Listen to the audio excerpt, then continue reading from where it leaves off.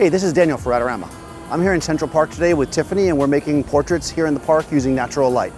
So for this video, I want to talk about posing a little bit and finding a location. When you're walking around looking for a location to work in, you want to take in consideration the light itself, but maybe also if there's things there that will give the model something to work with. So they're not just standing there. You're not in a studio. You don't need to just have them in front of nothing. They can actually interact with their environment. So here we found this really cool tree. The tree's got lots of curves and angles, and I knew that Tiffany, having really long limbs and she's very slim, that we'd be able to have her work with the tree and create, similar lines and create kind of a story about the body and about the tree. And what's great about this particular tree is that it's in really, really flat light here. So once I got my exposure set for my camera and I did a white balance, I was able to just shoot from every angle without even having to check my exposure. I knew it was good everywhere where I turned. She could move around wherever she needed to, and it gave us total freedom just to shoot away and not have to really even think about the technical. So one important thing to consider when you're out working in parks and such is to do a custom white balance. There's so many trees and other things here that are going to infect your photo with color that you want to make sure you can kind of neutralize that when you get back to Lightroom or whatever you're going to work in. I like to use this PhotoVision digital target.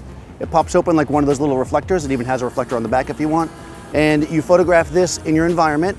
I usually do a custom white balance on the camera so it looks good to my eye too. I don't like to see the back of the camera looking funny, even though I'm shooting raw. And then when I get back to the studio, I'll put it in the computer, and in Lightroom it will correct for the color. But I want to make sure I do that while I'm in my location. So every time I set up in a new location, I do a new custom white balance. It only takes a second.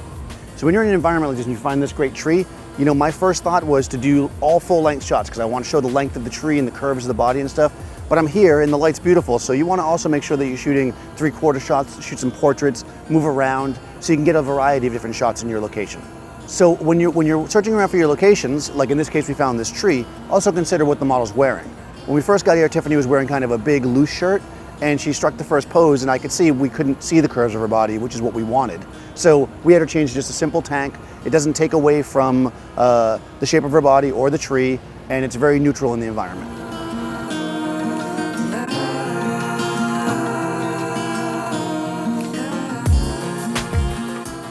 So when you're thinking about posing your model, consider the things that are in the environment.